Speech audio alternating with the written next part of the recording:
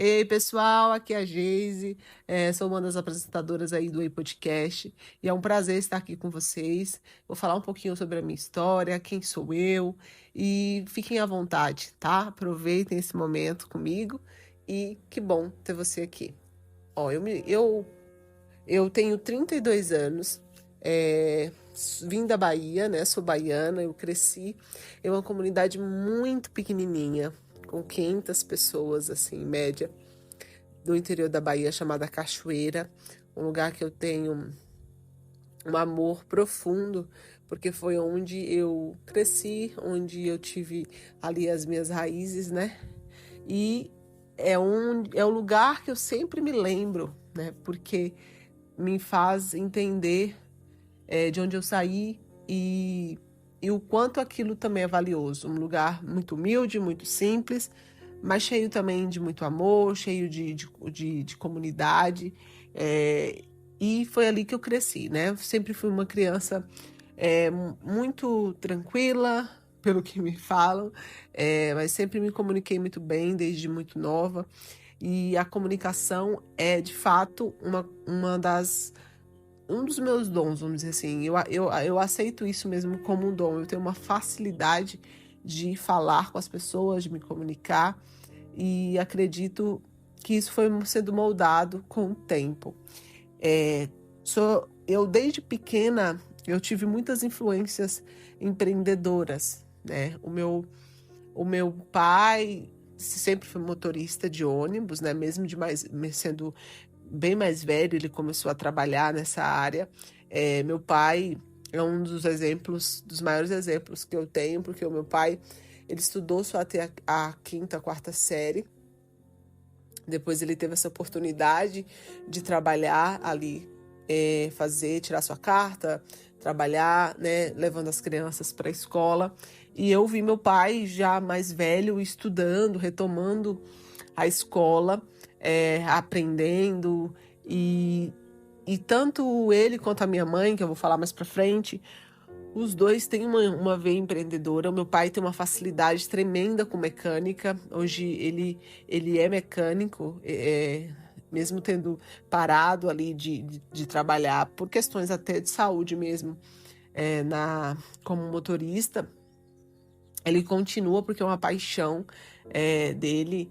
E ele empreende desde então, é um dos melhores lá da minha região, modéstia à parte. E o meu pai, ele aprendeu sobre mecânica e continua aprendendo, porque ele é uma pessoa muito curiosa, ele é bem atualizado, eu acho isso incrível, né? Ele aprendeu a abrir um motor de uma moto, a consertar uma moto, pelo Instituto Universal Brasileiro. Não sei se vocês lembram. Há muito tempo atrás, eu lembro que meu pai pegava aquelas apostilas ali no correio, na cidade mais próxima, né, uns 40 quilômetros da minha comunidade, e ele ia até lá, ele pegava essas cartilhas e ele estudava aquilo, e ele hoje conserta e abre uma moto, uma facilidade, mexe no motor, refaz, e isso tudo sempre me motivou muito nessa questão empreendedora. Além de eles terem um serviço fixo, os dois sempre tiveram outras funções, né? Eles sempre fizeram outras coisas. Meu pai, eu sempre via ele tendo muita facilidade com elétrica, ele conseguia abrir uma coisa e consertar, ele conseguia entender. Então, eu sempre cresci nesse ambiente. Minha mãe, ela era técnica em enfermagem, depois ela era auxiliar de enfermagem, depois técnica. Antes disso, ela tinha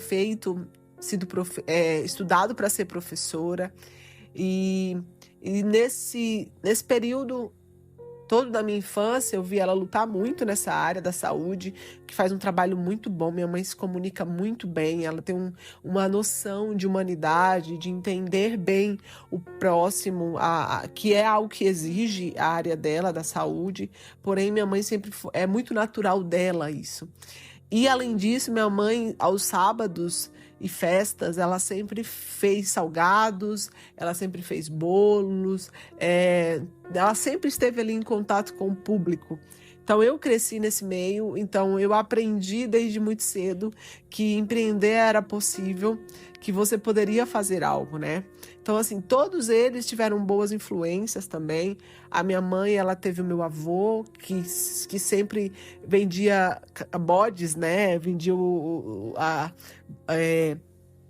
caprinos para a região, então sempre teve essa facilidade de socializar também, de vender, de empreender. Então eu cresci sim em um ambiente onde tinha muitas influências. E para mim foi muito normal crescer assim, mas isso foi eu fui ter mais clareza do quanto isso impactou a minha vida agora mais velha. E aí, então, eu cresci nesse ambiente, assim, tenho muito orgulho deles. Até hoje são pessoas que se movimentam mesmo, que estão sempre buscando ajudar outras pessoas, ensinar outras pessoas. Enfim, eu tive uma oportunidade que eu falo que foi um divisor de águas na minha vida e onde eu tive uma oportunidade muito, muito, acho que falar de Deus mesmo, assim, para minha vida. Os meus pais sempre foram católicos também, eu sou de uma família católica. Eu acredito que a fé, ela norteia hoje toda a minha história, a minha vida. E eu fui estudar em uma escola católica, onde eu morava na escola, era uma escola interna. Eu morava na escola por um período do mês, 15 dias, né, meio mês. E outro período eu ia para minha casa, né? A Escola Família Agrícola, onde eu tenho eterna gratidão. Eu estudei lá por 8 anos. E foi ali na escola que eu enxerguei, de fato, algumas das minhas potencialidades, né? A comunicação, a facilidade em aprender, a facilidade em criar coisas, né? Desenvolver projetos.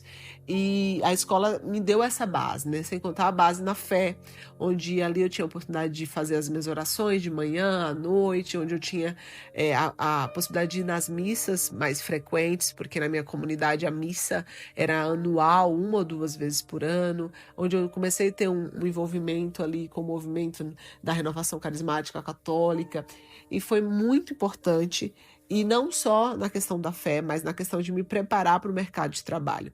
Além da gente poder conviver com outras pessoas diferentes, dormir, acordar com pessoas diferentes, lidar com pessoas diferentes, eu tive a oportunidade de exercitar essa comunicação, como elaborando uma partilha ali de manhã para todo mundo, nas apresentações da própria escola mesmo, onde eu tive acesso à informática, onde eu consegui aprender um pouco mais sobre edição, sobre ali já começar ali no PowerPoint, criar uma coisa ou outra.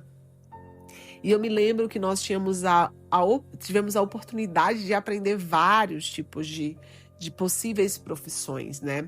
Eu me lembro de aprender a bordar, de pintar, de fazer unha, papel machê. Então, vários tipos de possibilidades eram colocadas ali na nossa frente, além da formação que eu estava fazendo, que era como técnica, né, em agropecuária, que era da área ambiental. Eu me lembro que lá eu aprendi a fazer unha. E unha foi um dos meus primeiros empregos, né? Eu me lembro de catar latinha depois das festas e vender também, na minha comunidade. Eu lembro de ajudar minha mãe. Então, de alguma forma, a veia empreendedora sempre esteve ali no meio da nossa família. E eu me lembro de ter aprendido a fazer unha, e ser manicure foi uma das minhas primeiras profissões. E aí eu me lembro que eu fazia muito bem a unha. Eu era uma das poucas pessoas ali na minha comunidade, ou a única naquela época que fazia esse tipo de serviço.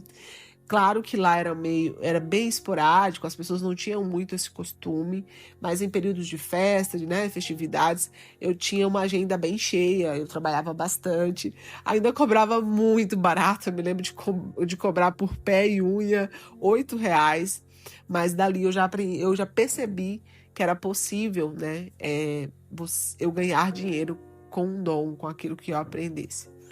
E aí, mais pra frente, eu me formei e passei na faculdade aqui em São Paulo. Eu vim estudar, passei em gestão ambiental. Estudei já gestão ambiental por 2 anos.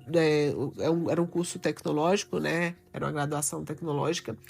E eu fiz os 2 anos. Na primeira semana que eu cheguei aqui em São Paulo, eu já comecei a trabalhar, porque essa é a vida de quem precisa trabalhar, né? Do pobre. Ele não pode ter o luxo de parar para só estudar, né? A gente tem que estudar, tem que criar, tem que ter ali a sua renda. E eu me lembro de trabalhar, meu primeiro trabalho registrado foi como vendedora em uma loja de fotografia. E aí foi o início da minha carreira, assim, né? Como na área comercial, que eu acredito que eu nunca saí dela, né? Estou até hoje, basicamente. Eu vendi por mais de 10 anos, fui de vendedora, assistente comercial, trabalhei em várias empresas de vários ramos, vendi feijão, vendi software, vendi serviço também, né? Na época, serviço de motoboy, enfim. Aprendi muito pelas empresas que eu passei, principalmente aprendi com, acho que um dos líderes que passaram pela minha vida, e por isso que eu gosto tanto de falar sobre a liderança, a importância do empreendedor ser líder, né? Saber enxergar as pessoas e potencializar elas.